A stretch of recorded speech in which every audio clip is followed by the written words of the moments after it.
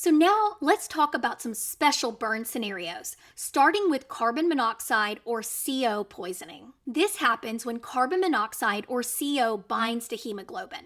Remember, it binds about 200 times more strongly than oxygen. So it essentially kicks the oxygen off the cell and hijacks it. As a result, the client becomes hypoxic because CO is being delivered to tissue instead of oxygen. But here's an important tip to remember on NCLEX. A pulse oximeter cannot distinguish between carbon monoxide and oxygen. As a result, the pulse oximetry reading will typically be normal. Don't be fooled by this. So signs of CO poisoning include cherry red skin, headache, and dizziness, which are very vague, so it can be hard to recognize this condition.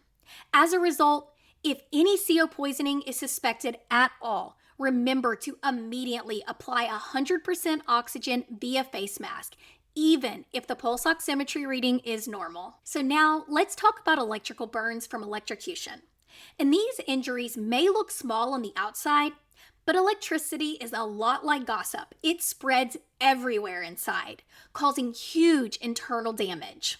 Think spinal injuries from muscle contractions and arrhythmias from electrical changes in the heart. So priority interventions on NCLEX include immobilizing the spine with a C-collar and immediately placing the client on an ECG monitor to assess for arrhythmias. Now here's our final topic, chemical burns, which occur when corrosive substances come into contact with the skin or the eyes. If the client is stable, the number one priority is to brush off dry chemicals and remove contaminated clothing.